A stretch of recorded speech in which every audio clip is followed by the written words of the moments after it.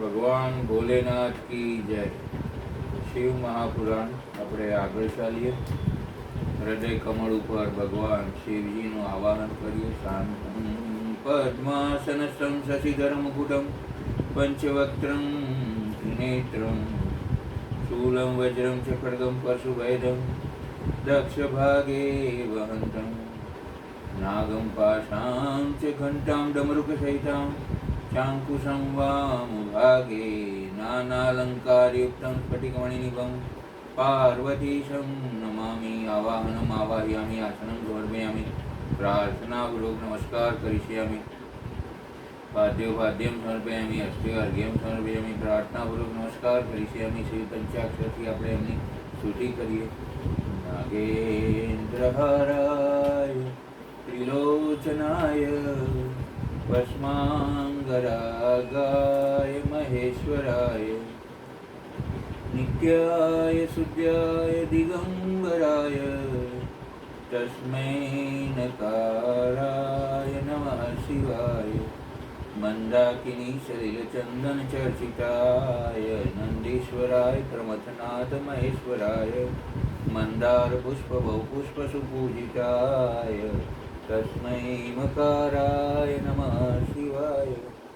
શિવાય ગૌરી વદનાવૃજુંડ સૂર્યાય દક્ષાધ્વરનાશકાય શ્રીનીલકંઠાય વૃષધ્વજાય તસ્મૈ શિકારાય નમઃ શિવાય. વસિષ્ઠકુંભોદ્ભવગૌતમાય મુનીન્દ્રદેવાર્ચિતશેખરાય ચંદ્રાર્કવૈશ્વાનરલોચનાય તસ્મૈ વકારાય નમઃ શિવાય.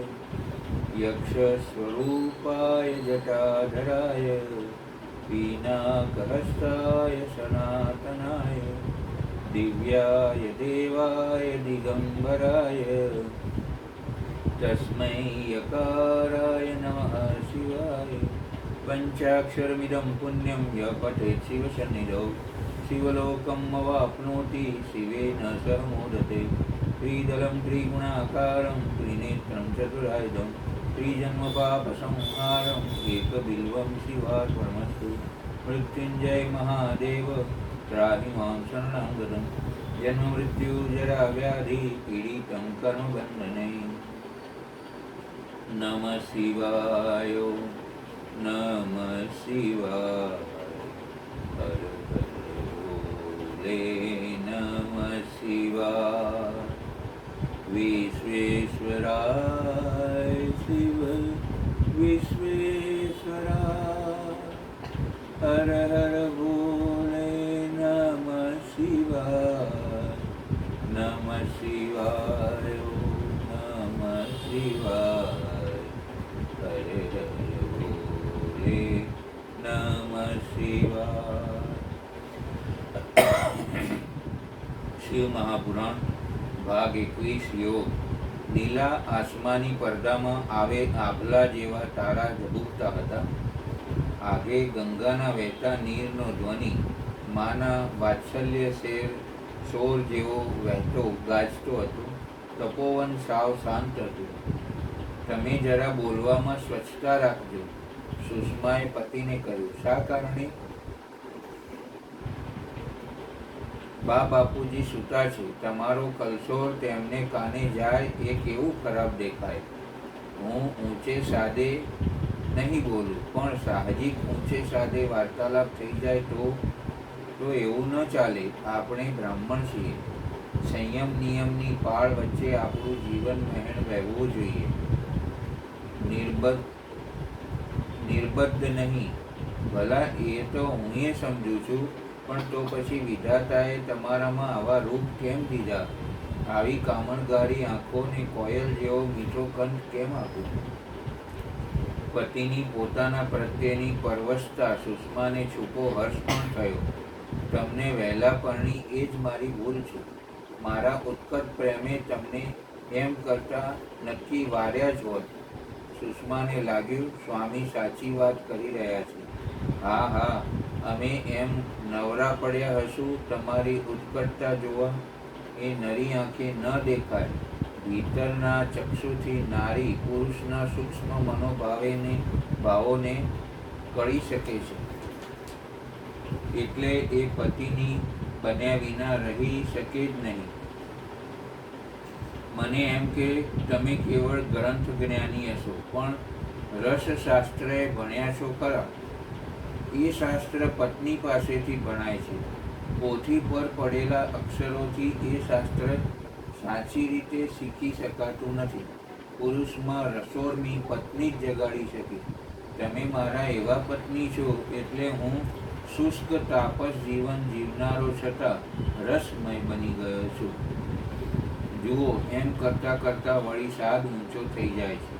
ત્યારે તમે મારી સાવ નિકટ આવીને બેસો, જેથી હું ધીમે બોલીશ. અરે, તમે ગજબના છો હો, કહી દેવીમાં પ્રજ્વળતા ઘીના દીવાની વાત રૂપાળી નાજુક આંગળીઓથી સરખી કરતી એ પતિની સાવ નજીક જઈ બેઠી. ત્યારે સુષ્માના દેહમાંથી અવર્ણનીય સુગંધ ભદ્રાયુના મન બુદ્ધિને વશીભૂત કરી રહી હતી. આ સુગંધ શેની છે? શાની હોય? મને સમજાતું નથી એટલે પૂછું છું. દેહની કે સુગંધિત પદાર્થોની? બ્રાહ્મણની કન્યાને ભાર્યા અંગરાગ કરે, ચંદન કે સુગંધિત પદાર્થો તેમને માટે વર્જ્ય છે. ત્યારે તમે ફૂલની કળી જોઈ છે ને? કળીમાંથી ફૂલ પ્રગટે તેમ તમારા સંસર્ગે મારો દેહરૂપી પુષ્પ ખીલી મધમધી ઉઠ્યું છે. એની આ સુવાસ હશે. પતિના ચરણે મન બુદ્ધિને કાયા સમર્પી દીધાના આનંદે મારો પ્રાણ થનગની ઉઠ્યો. એ પ્રાણનો આ મધુર પમરાટ છે. પુરુષ તરીકે તમને પામી હું ભાગ્યવંત થયો. હવે બહુ બોલ ના કરો. મર્યાદા લોપાય. જીવન મર્યાદાથી દીપે છે. સારું લાગે ને વળી સુખરૂપ પણ રહે. ચાલો મૂક બની જાઓ. તમે પણ મૂક રહો. પુરુષ અને પ્રકૃતિ બેઉ ચૂપ રહે તો જ રમ્ય લાગે ને, કહી મરમાળ હસતા ભદ્રાયુ ચૂપ રહ્યો. એક કોયલ ધીરું ટવકી. એ એક જ ટવકારે સુષ્મા જાગી ઉઠી, પતિની વંદના કરી. ભદ્રાયુ જાગતો હતો. જાગી ગયા ને? મારા પાદ સ્પર્શે ઊંઘ બગડી તો નથી ને? તમે જાગ્યા એટલે તમારી ઊંઘ બગડી ન ગણાય. નારીઓનો ધર્મ છે પ્રભાતે કોઈ પણ કુટુંબીજન જાગે તે પહેલા સૈયા ત્યજી દેવી જોઈએ. તમે મને નમ્યા? હા, એ પણ પ્રથમ ધર્મ છે. પતિ એટલે દેવતા, અરે સાક્ષાત ઈશ્વર. પત્નીને પતિ કરતા ચડિયાતું કંઈ જ નથી, પોતાનો દેહ અને પ્રાણ પણ નહીં. પુરુષ માટે પત્ની પરત્વે શું? એની સમજ તો પુરુષોને જ હોવી જોઈએ ને? ના, તમે જ કહો તો. સ્ત્રીનું સન્માન કરવું. મનુ ભગવાન કહી ગયા છે, ખબર છે ને? યત્ર નાર્યસ્તુ પૂજ્યંતે રમંતે તત્ર દેવતા. હા, જ્યાં નારીઓનું સન્માન થાય છે ત્યાં દેવતાઓનો વાસ હોય છે. એટલે પુરુષે કથેલા પુરુષ માટેનો નારી પરત્વેનો ધર્મ. ચાલો હું પણ ઉઠું. હું બા બાપુજીને વંદના કરી આવું. એમને પણ? હા, હું તમારું અર્ધું અંગ છું. તમારા માતા પિતા એ મારા માતા પિતા છે. તમારે જેમ એને વંદના કરવી જોઈએ ને, તમે નિત્ય કરો છો તેમ મારે પણ એમને ભલે સૂતા હોય તો પણ વંદના કરવી જોઈએ. ભલા નારી ધર્મો તો ગહન છે. આ એનું જ શાસ્ત્ર નિરાળું છે. એના નિયમો, વ્રત, ઉપાસના, સંન્યાસી ધર્મો કરતાંય ચડિયાતા છે. નારી ધર્મની મીમાંસા આપણા ઋષિમુનિઓએ કથી છે. જીવનના પ્રથમ દિવસથી મૃત્યુ પર્યંતના એના ધર્મોનું આલેખન કર્યું છે. મર્યાદાઓ બાંધી દીધી છે. પણ એવી વાતોનો તો અંત આવે એમ નથી. પણ હવે તમારે ઉઠવું હોય તો ઉઠો. હે ભોળાનાથ, કહી ભદ્રાયો ઉઠ્યો. સુષ્માએ સૈયા ઉપાડી લીધી અને દંપતી અર્ધ જાગૃત માતા અને પિતાને નમ્યા. ભદ્રાયુ અને સુષ્માએ પરોળના આછા ઉજાસમાં સ્નાન કરી લીધું ને ભદ્રાયુએ શિવ પૂજા કરી પ્રાર્થના કરી લીધી. ત્યાં માયા જાગી. સ્નાન કરી નવા વસ્ત્રો પહેરેલી સુષ્મા સાસુની સામે આવી ઊભી રહી. માથાના વિખરાયેલા વાળ સરખા કરતી માયા સ્વરૂપવાન અને દક્ષ પુત્ર વધુને નિરખી પ્રસન્ન બની ઉઠી. ક્યારે જાગી ગયા? મધુર સાદે માયા બોલી. સ્નાન કરી એટલી વાર થઈ બા. ભદ્રાએ શું કરે છે? મનુસ્મૃતિ વાંચે છે. આજ તો અત્યારમાં મનુ ભગવાનને યાદ કરી બેઠો. મેં એમને એ અંગે થોડો અણસાર કર્યો કે તે મનુસ્મૃતિ લઈને બેઠા છે. પ્રભાત થતું આવે છે. સો આહ્લાદજનક સમય છે સુષ્મા. જીવન વિતાવવું તો તપોવનમાં જ. ધીરો વાયુ લહેરાય છે, મીઠી સુગંધ ફોરે છે, ચોમેર સાવ શાંતિ છે, ઉદ્વેગ કે ક્લેશનું નામ નિશાન નથી. પ્રકૃતિના દર્શન મન બુદ્ધિને ઉર્ધ્વગામી બનાવનારા છે. હું તો ઈચ્છું છું સુષ્મા કે આખો દિવસ તપોવનમય જ બની જાય. પણ બા, આજ તો જુઓ, આપણને સ્વર્ગની સ્પર્ધા કરવાના કોળ જાગ્યા છે. સ્વર્ગ જેવા આલયો, ઉદ્યાનો, રત્નો ભેગા કરવા, દાનવો જેવી મનુષ્ય પર સત્તા ભોગવવી, દાનવોની જેમ અકારણ યુદ્ધો કરવાની વૃત્તિઓ થયા કરે છે. ભાગવત કથાઓના સ્થાને નિંદા, ક્લેશ, પરિગ્રહી થવાના સુગમ માર્ગો વિચારાય છે. ત્યાં તપોવનનો વસવાટ કોને ગમે? તમે સાસુ વહુ અત્યારમાં તપોવનની મહત્તા ગાવા લાગી ગયા. સૈયા છોડતા કુંડળ બોલ્યા. તમારી ઊંઘ ઉડાડવા, માયા બોલી. કંઈક મોડું ઉઠાયું. મધરાતે સૂતો ખરો કે નહીં? અમે તો રાતના પ્રથમ પહરે જ સૂઈ ગયા હતા. ચાલો હવે મોડા નહીં ઉઠું, ક્ષંતવ્ય ગણો. પણ આજ મેં એક નવું આયોજન કર્યું છે. શું? કાલે આપણે લઘુ શિવકથા રાખી હતી ને બધાને નિમંત્રણ પાઠવવા ગયો ત્યારે એક યોગનિષ્ઠ મહાત્મા અમલેશ્વરાનંદજી અહીં તપોવનમાં પધાર્યા છે. તેમનું યોગ ઉપર શાસ્ત્ર પ્રવચન આપણી પર્ણશાળાએ રાખ્યું છે ને એ મારું મધ્યાહન પછી તે શ્રવણ કરવા આવવા સૌને નિમંત્રણ આપવા તમારે જવાનું. સારું, જઈશ. પણ નિત્ય? હા, બ્રાહ્મણ શ્રમણની પર્ણશાળાએ કથા કીર્તન ન હોય તો શું યુદ્ધની વાતો હોય? ઠીક છે. સુષ્મા જઈ ભદ્રાઈને આ વાત કરી આવી. યોગ ઉપર કથા છે એ વાત સૌને તપોવનમાં ગમી. નિયત સમયે પ્રસાદ દૂધ તૈયાર રખાયા. અમલેશ્વરાનંદજી પણ સમયસર આવી ગયા. સૌએ નમી એમનું સ્વાગત કરી. થોડી વારે તપોવનના નર નારીઓ આવી ગયા અને પોતાની ધીર ગંભીર વાણીથી કથા શરૂ કરી. શ્રી કૃષ્ણે એકદા મહાત્મા ઉપમન્યુને પ્રશ્ન કર્યો, હે યોગી, હું અધિકાર, અંગવિધિ અને પ્રયોજન સહિત પરમ દુર્લભ યોગનું વર્ણન સાંભળવા ચાહું છું. ઉપમન્યુ બોલ્યા, શ્રી કૃષ્ણ, તમે બધા પ્રશ્નોના તારતમ્યતા જ્ઞાતા છો ને તમારો આ પ્રશ્ન બહુ ઉચિત છે. એટલે કહું છું તે એકાગ્ર ચિત્તે સાંભળો. જેની બીજી વૃત્તિઓનો નિરોધ થઈ ગયો હોય આવા ચિત્તની ભગવાન શિવમાં જે નિશ્ચલ વૃત્તિ છે તેને સંક્ષેપમાં યોગ કહ્યો છે. આ યોગ 5 પ્રકારના છે: મંત્રયોગ, સ્પર્શયોગ, ભાવયોગ, અભાવયોગ અને મહાયોગ. મંત્ર જપના અભ્યાસવશ મંત્રના વાચ્યાર્થમાં સ્થિત થયેલ વિક્ષેપ રહિત મનની જે વૃત્તિઓ છે એનું નામ મંત્રયોગ છે. મનની તેજ વૃત્તિ પ્રાણાયામને પ્રધાનતા છે. તેનું નામ સ્પર્શયોગ થાય છે. તે સ્પર્શયોગ જ્યારે મંત્રના સ્પર્શથી રહિત હોય તો ભવયોગ કહેવાય. જેનાથી બધા વિશ્વના રૂપ માત્રના અવયવ વિલીન થઈ જાય છે તેને જ્યારે મંત્રના સ્પર્શથી રહિત હોય તો ભાવયોગ કહેવાય. જેનાથી બધા વિશ્વના રૂપ માત્રના અવયવ વિલીન થઈ જાય છે તેને અભાવ યોગ કહ્યો છે. કેમ કે એ સમયે સંદવસ્તુનું પણ ભાન નથી હોતું. તેથી એકમાત્ર ઉપાધિ શૂન્ય શિવ સ્વભાવનું ચિંતન થાય છે અને મનની વૃત્તિ શિવમય થઈ જાય છે. તેને મહાયોગ કહે છે. જોયેલા અને સાંભળેલા લૌકિક અને પરલૌકિક વિષયો તરફથી જેનું મન વિરક્ત થઈ ગયું છે તેનો યોગમાં અધિકાર છે, બીજા કોઈનો નહીં. લૌકિક અને પરલૌકિક બેઉ વિષયોના દોષોનું અને ઈશ્વરમાં ગુણોનું સદા દર્શન કરવાથી મન વિરક્ત થઈ જાય છે. બધા યોગ 8 યા 6 અંગોથી યુક્ત હોય છે. યમ, નિયમ, સ્વસ્તિક આદિ આસન, પ્રાણાયામ, પ્રત્યાહાર, ધારણા, ધ્યાન અને સમાધિ. આ થોડામાં યોગના 6 લક્ષણ છે. શિવ શાસ્ત્રોમાં એના પૃથક પૃથક લક્ષણો બતાવ્યા છે. અન્ય શિવગમોમાં, વિશેષતઃ કાર્મિક આદિમાં, યોગશાસ્ત્રોમાં અને કોઈ કોઈ પુરાણોમાં પણ તેના લક્ષણનું વર્ણન છે.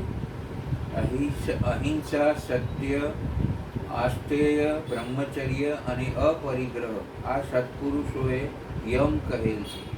આ રીતે યમ 5 અવયવોના યોગથી યુક્ત છે. શૌચ, સંતોષ, તપ,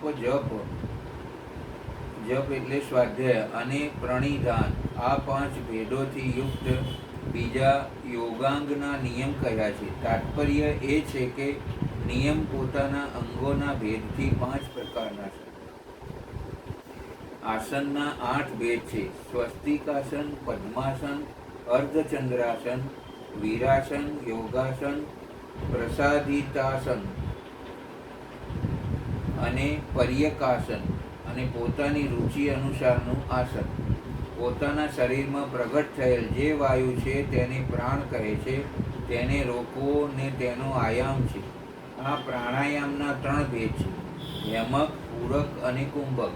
નાસિકાના એક છિદ્રને દબાવી યા બંધ કરી બીજાથી ઉદરસ્થ વાયુને બહાર કાઢવો આ ક્રિયાને હેમક કહે છે. પછી બીજી નાસિકા છિદ્ર દ્વારા બાહ્ય વાયુથી શરીરને ભરી લે. આમાં વાયુના પૂરણની ક્રિયા હોય કારણ એને પૂરક કહે છે. જ્યારે સાધક અંદરના વાયુને ન તો છોડે કે ન બહારના વાયુને ગ્રહણ કરે છે, કેવળ ભરેલા ઘડાની જેમ અવિચલ ભાવથી સ્થિત રહે છે, ત્યારે એ પ્રાણાયામને કુંભક કહે છે. યોગના સાધકે આ હેમક આદિ 3 પ્રાણાયામોને ન તો બહુ જલ્દી કરવા જોઈએ કે ન બહુ ધીમે ધીમે. સાધનાને માટે ઉદ્યત થઈ ક્રમયોગથી તેનો અભ્યાસ કરે. હેમક આદિમાં નાડી શોધનપૂર્વક જે પ્રાણાયામનો અભ્યાસ થાય છે તેને સ્વેચ્છાથી ઉત્ક્રમણ પર્યંત કરવો જોઈએ. આ વાત યોગશાસ્ત્રમાં બતાવી છે. કનિષ્ઠ આદિના ક્રમથી પ્રાણાયામ 4 પ્રકારના કહ્યા છે. માત્રા અને ગુણોના વિભાગ તારતમ્યથી આ ભેદ બને છે. 4 ભેદોમાંથી જે કામ્યક યા કનિષ્ઠ પ્રાણાયામ છે એ પ્રથમ ઉદ્ઘાત, નાભિમૂળથી પ્રેરક વાયુનું માથામાં ટકરાવવું તે છે. તેમાં 12 માત્રાઓ છે. મધ્યમ પ્રાણાયામ બીજો ઉદ્ઘાત છે. તેમાં 24 માત્રાઓ છે. ઉત્તમ શ્રેણીનો પ્રાણાયામ તૃતીય ઉદ્ઘાત છે. તેમાં 36 માત્રાઓ છે. તેનાથી પણ શ્રેષ્ઠ જે સર્વોત્કૃષ્ટ ચોથો પ્રાણાયામ છે તે શરીરમાં સ્વેદ અને કંપન આદિનો જનક છે. યોગીની અંદર આનંદજનિત રોમાંચ, આંખોની અશ્રુધારા, જલ્પ, ભ્રાંતિ અને મૂર્છા આદિ ભાવ પ્રગટ થાય છે. ઘૂંટણો પર 4 બાજુ પ્રદક્ષિણા ક્રમથી ન બહુ જલ્દી કે ન બહુ ધીરે ધીરે ચૂટકી વગાડી ઘૂંટણની એક પરિક્રમામાં જેટલો સમય સુધી ચૂટકી બજે છે એ સમયનું માન 1 માત્રા છે. માત્રાઓને ક્રમશઃ જાણવી જોઈએ. ઉદ્ઘાત ક્રમ યોગથી નાડી શોધનપૂર્વક પ્રાણાયામ કરવો જોઈએ. પ્રાણાયામમાં 2 ભેદ છે. અગાર્થ અને સુગર્ભ. જપ અને ધ્યાન વિના કરાયેલ પ્રાણાયામ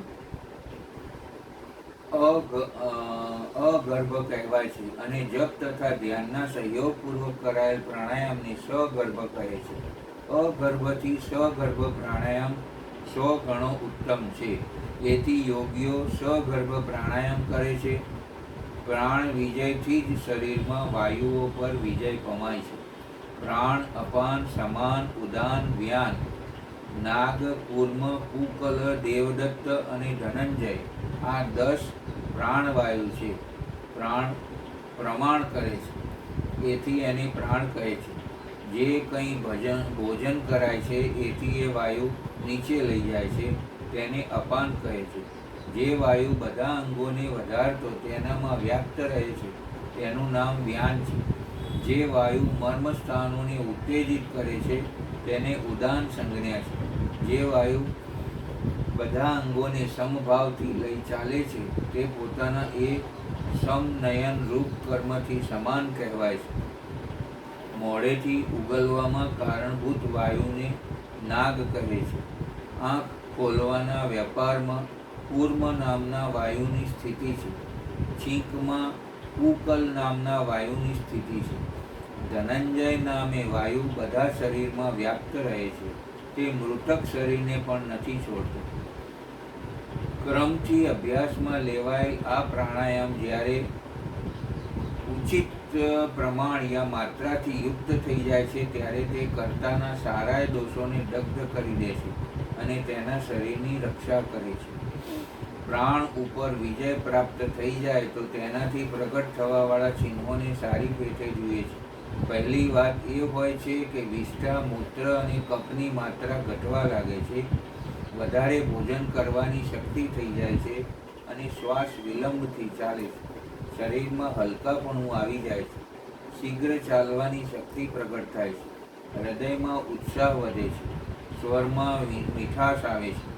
બધા રોગોનો નાશ થઈ જાય છે. બળ, તેજ અને સૌંદર્યની વૃદ્ધિ થાય છે. ધૃતિ, મેઘા, યુવાપન, સ્થિરતા અને પ્રસન્નતા આવે છે. તપ, પ્રાયશ્ચિત, યજ્ઞ, દાન અને વ્રત આદિ જેટલા પણ સાધન છે તે પ્રાણાયામની 16મી કલા બરાબર પણ નથી. પોતપોતાના વિષયમાં આસક્ત થયેલ ઇન્દ્રિયોને ત્યાંથી હટાવી જે પોતાની અંદર નિર્ગૃહિત કરે છે એ સાધનને પ્રત્યાહાર કરે છે. મન અને ઇન્દ્રિયો જ મનુષ્યને સ્વર્ગ તથા નર્કમાં લઈ જવાવાળા છે. જો તેને વશ રખાય તો તે સ્વર્ગની પ્રાપ્તિ કરાવે છે અને વિષયો તરફ ખુલ્લી છોડી મૂકવામાં આવે તો તે નર્કમાં નાખવાવાળી બને છે. એથી સુખની ઈચ્છા રાખવાવાળા બુદ્ધિમાન પુરુષે તે જ્ઞાન વૈરાગ્યનો આશ્રય લઈ ઇન્દ્રિય રૂપ અશ્વોને શીઘ્ર જ કાબૂમાં રાખી સ્વયંના જ આત્માનો ઉદ્ધાર કરવો જોઈએ. ચિત્તને કોઈ સ્થાનમાં વિશેષમાં બાંધવું, કોઈ ધ્યેય વિશેષમાં સ્થિર કરવું એ સંક્ષેપથી ધારણાનું સ્વરૂપ છે. એકમાત્ર શિવ જ સ્થાન છે, બીજું નથી. કેમ કે બીજા સ્થાનોમાં ત્રિવિધ દોષ વિદ્યમાન છે. કોઈ નિયમિત કાળ સુધી સ્થાન સ્વરૂપ શિવમાં સ્થાપિત થયેલ મન જ્યારે લક્ષ્યથી ચ્યુત ન બને તો ધારણાની સિદ્ધિ સમજવી જોઈએ, અન્યથા નહીં. મન પહેલાં ધારણાથી જ સ્થિર થાય છે. તેથી ધારણાના અભ્યાસથી મનને ધીર બનાવો. હવે ધ્યાનની વ્યાખ્યા કરું છું. ધ્યાનમાં ગઈ ચિંતાયામ આ ધાતુ મનાઈ છે. આ ધાતુથી લ્યુટ પ્રત્યય કરવાથી ધ્યાનની સિદ્ધિ થાય છે. તેથી વિક્ષેપ રહિત ચિત્તથી શિવનું જે વારંવાર ચિંતન કરાય છે તેનું નામ ધ્યાન છે. ધ્યેયમાં સ્થિત થયેલ ચિત્તની જે ધ્યેયાકાર વૃત્તિઓ છે અને વચમાં બીજી વૃત્તિ અંતર નથી નાખતી તે ધ્યેયાકાર વૃત્તિનું પ્રવાહરૂપથી બન્યું રહેવું ધ્યાન કહેવાય છે. બીજી બધી વસ્તુઓને છોડી કેવળ કલ્યાણકારી પરમદેવ દેવેશ્વર શિવનું ધ્યાન કરવું જોઈએ. તે જ બધાનું પરમ ધ્યેય છે. તે અથર્વવેદની શ્રુતિનો અંતિમ નિર્ણય છે.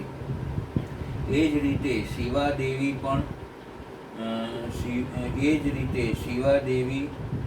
પણ પરમ ધ્યેય છે. આ બંને શિવા અને શિવ ભૂતમાત્રમાં વ્યાપ્ત છે. શ્રુતિ, સ્મૃતિ અને શાસ્ત્રોથી આ સાંભળ્યું ગયું છે કે શિવા અને શિવ સર્વવ્યાપક, સર્વતા ઉદિત, સર્વજ્ઞ અને નાના રૂપોમાં નિરંતર ધ્યાન કરવા યોગ્ય છે. આ ધ્યાનમાં 2 પ્રયોજન જાણવા જોઈએ. પહેલું છે મોક્ષ, બીજું પ્રયોજન છે અણિમા આદિ સિદ્ધિઓની ઉપલબ્ધિ. ધ્યાતા, ધ્યેય અને ધ્યાન પ્રયોજન આ ચારેયને સારી રીતે જાણી યોગવેત્તા પુરુષ યોગનો અભ્યાસ કરે. જે જ્ઞાન અને વૈરાગ્યથી સંપન્ન, શ્રદ્ધાળુ, ક્ષમાશીલ, મમતા રહિત તથા સદાય ઉત્સાહ રાખવાવાળા આવા પુરુષ ધ્યાતા કહેવાય છે. અર્થાત તે જ ધ્યાન કરવામાં સફળ થઈ શકે છે. સાધકે જાણવું જોઈએ કે જે તે જપથી થાકે તો ધ્યાન ધરે અને ધ્યાનથી થાકી જવા પર ફરી જપ કરે. આ રીતે જપ અને ધ્યાનમાં લાગેલ પુરુષને યોગ જલ્દી સિદ્ધ થઈ જાય છે. 12 પ્રાણાયામોની એક ધારણા હોય છે, 12 ધારણાઓનું ધ્યાન હોય છે અને 12 ધ્યાનની એક સમાધિ કહેવાય છે. સમાધિને યોગનું અંતિમ અંગ કહ્યું છે. સમાધિથી સર્વત્ર બુદ્ધિનો પ્રકાશ ફેલાય છે. જે ધ્યાનમાં કેવળ ધ્યેય જ અર્થ સ્વરૂપથી શૂન્ય સરખો બની જાય છે એને સમાધિ કહે છે. જે યોગી ધ્યેયમાં ચિત્ત લગાવી સુસ્થિર ભાવથી એને જુએ છે અને બુઝાઈ ગયેલ આગ સમાન શાંત રહે છે તે સમાધિસ્થ કહેવાય છે. તે ન સાંભળે છે, ન સૂંઘે છે, ન બોલે છે, ન દેખે છે, ન સ્પર્શનો અનુભવ કરે છે, ન મનથી સંકલ્પ કરે છે, ન તો તેનામાં અભિમાનની વૃત્તિનો ઉદય થાય છે અને ન તે બુદ્ધિ દ્વારા જ કંઈ સમજે છે. કેવળ કાષ્ઠની જેમ સ્થિત રહે છે. આ સમાધિસ્થ અવસ્થા છે. યોગશ્ચિત્ત વૃત્તિ નિરોધ શબ્દથી આપણે જે વસ્તુનું જ્ઞાન કર્યું એ અહીંયા અનુભૂતિનો એક અવસ્થા છે. ઘણું ગુહ્ય જ્ઞાન યોગ આચાર્યએ આપ્યું છે. ફરી આ જ્ઞાનને આપણે વાંચીએ ત્યારે સમજાય એટલું બધું ગૂઢાર્થવાળા શબ્દો છે અને વાંચ્યા બાદ એના આચરણમાં મૂકીને અનુભૂતિ થાય ત્યારે ખબર પડે કે આ કેટલા શબ્દો ગૂઢ છે, કેટલા એ રહસ્યમય છે. આ રીતે શિવમાં થયેલ યોગીની અહીં સમાધિસ્થ કહે છે. જેમ વાયુ રહિત સ્થાનમાં રાખેલ દીપક કદી હલતો નથી, નિસ્પંદ બની રહે છે, એ રીતે સમાધિસ્થ શુદ્ધ ચિત્ત અને યોગી પણ એ સમાધિથી કદી વિચલિત નથી થતું, સુસ્થિર ભાવથી સ્થિર રહે છે. આ રીતે ઉત્તમ યોગનો અભ્યાસ કરવાવાળા યોગીના બધાય અંતરાય શીઘ્ર નષ્ટ થઈ જાય છે અને બધા વિઘ્ન પણ ધીરે ધીરે દૂર થઈ જાય છે. બોલો શિવ પાર્વતીની જય. કથા પૂરી કરતા અમલેશ્વરજી બોલ્યા, બધાએ આ જયનાથ ઝીલી લીધો ને સુષ્મા ભદ્રાયુએ ગ્રંથ પૂજા કરી. મુનિપત્નીઓએ શિવ નામ સંકીર્તન શરૂ કર્યું. માયાએ પ્રસાદ વહેંચ્યો ને પછી સૌ ઉઠી ગયા. અમલેશ્વરાનંદજી પણ પોતાના સ્થાન પર ગયા. આજે તો યોગ પર ઘણું સુંદર અને નવું જાણવા મળ્યું. કુંદળ શર્માએ માયાને કહ્યું, મને એવું લાગ્યું ખરા, હવે આ વખતે પણ આવું જ કંઈક કથાનક રાખીશું. સુષ્મા બેટા હવે સૂઈ જાઓ, માયાએ કહ્યું. તેના આ વાત્સલ્યસભર નાદથી નિસ્તબ્ધ રજનીના અંકમાં મીઠા પડઘા ઉઠ્યા અને શમી ગયા. ભાગ 22. પ્રચંડ યુદ્ધ. કાલી અને ધૂમ્રલોચન વચ્ચે ભીષણ યુદ્ધ જામ્યું. દેવતાઓ વિમાન પર આરૂઢ થઈને જોવા લાગ્યા. બાણ, તલવાર, ગદા, શક્તિ અને મુસળ આદિ અસ્ત્ર શસ્ત્ર ચાલવા લાગ્યા. ધૂમ્રલોચનના રથમાં ગધેડા જ ઉતર્યા હતા. કાલિકાએ પહેલા તેને બાણોથી મારી યમલોકમાં મોકલી દીધા. એ પછી રથના ટુકડા કરી નાખ્યો અને તે વારંવાર ઉઠી હસવા લાગી. ધૂમ્રલોચન બીજા રથમાં જઈ બેઠું. ક્રોધથી એના બધા અંગો સળગી રહ્યા હતા. તેણે કાલિકા ઉપર ન ગણી શકાય એટલા બાણોની વર્ષા આરંભી. બાણ તેમની પાસે પહોંચતા પણ નહીં કે દેવી તેને કાપી નાખતા. એ પછી કાલિકાએ બહુ તીક્ષ્ણ બાણ ધૂમ્રલોચન પર ચલાવ્યા. દેવીના એ બાણોથી એ દાનવના હજારો અનુચર નિષ્પ્રાણ થઈ ગયા. રથ કપાઈને પડી ગયો. સારથી અને રથ ખેંચવાવાળા ગધેડા બધા કાળનો ગ્રાસ બની ગયા. કાલીના બાણ એવા પ્રચંડ હતા, માનો વિષધર સર્પ હોય. તેના આઘાતથી ધૂમ્રલોચનના ધનુષ્ય તૂટી ગયું. દેવતાઓને પ્રસન્ન કરવા ભગવતી શંખ ધ્વનિ કરવા લાગ્યા. હવે રથહીન ધૂમ્રલોચનના ક્રોધની સીમા ન રહી. તેની પાસે એક લોહમય સુદૃઢ પરિઘ હતું. તેણે હાથમાં ઉઠાવી તે દેવીના રથની નિકટ આવી ગયો. એ સમયે ધૂમ્રલોચનની આકૃતિ એવી ભયંકર થઈ ગઈ હતી કે માનો સાક્ષાત કાળ હોય. તે કાલીની વાતોની ભર્ત્સના કરવા લાગ્યો. અરે કુરૂપે પિંગલ લોચને, હું હમણાં જ તને મારી નાખું છું. કહેવું સુગમ છે, તું પ્રથમ એ આચરી બતાવ. આ પરીખ તને જીવતું જવા જ નહીં દે. લે ફેંક, કહી દેવીએ સિંહને આગળ કર્યો. જો એ આ ફેંકી, કહી ધૂમ્રલોચને દેવી તરફ લોહમય પરીખ ફેંકી, અને દેવીએ એક ભીષણ હુંકાર કર્યો. દેવીના મોંમાંથી એક ભીષણ આગ જ્વાળા નીકળી. સર અવાજ સાથે હવામાં તરતી ધૂમ્રલોચનના દેહને ચોંટી. ચોંટતા જ તેમાંથી મોટા ભડાકા ઉઠ્યા, ને ધૂમ્રલોચન જોતામાં પરીખ સાથે બળીને ખાખ થઈ ગયો. ધૂમ્રલોચન સળગી ગયો જાણી તેના સૈનિકો ભાગી છૂટ્યા. ધૂમ્રલોચનનું મૃત્યુ થયેલ જાણી દેવગણોમાં અપાર હર્ષ છવાઈ ગયો, ને દેવી ઉપર આકાશમાંથી પુષ્પની વૃષ્ટિ કરવા લાગી. સમરાંગણનું દ્રશ્ય ભારે ભયંકર થઈ ગયું હતું. અનેક દાનવો મરેલા પડ્યા હતા. હાથી, ઘોડા અને ગદર્ભોની લાશો પડી હતી.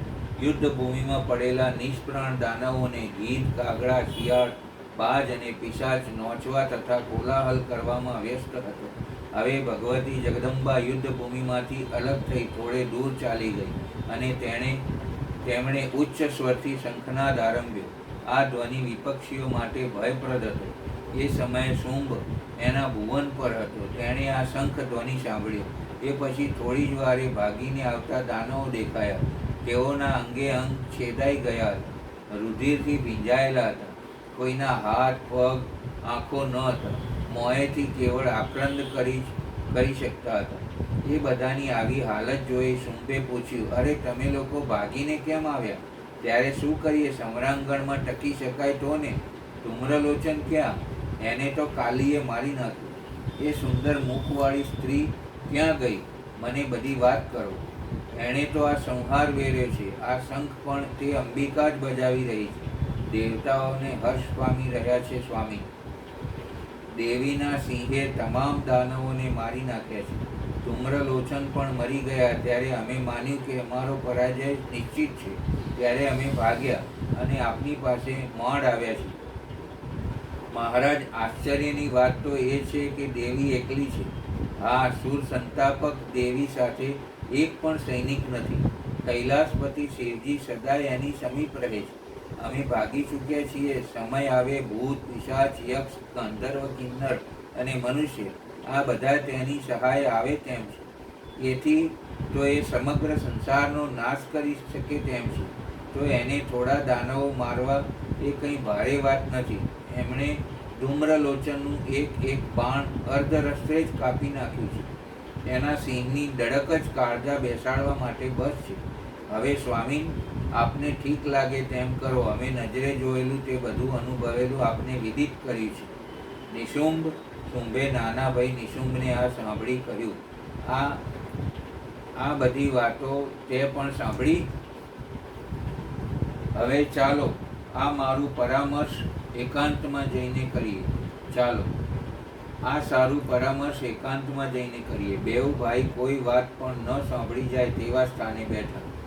આગે આગે ભગવતી અંબિકાનો શંખ વાગતો હતો, અને જેના હૈયા વિદીર્ણ કરે તેવા નાદે દિશાઓ ભરાઈ જતી હતી.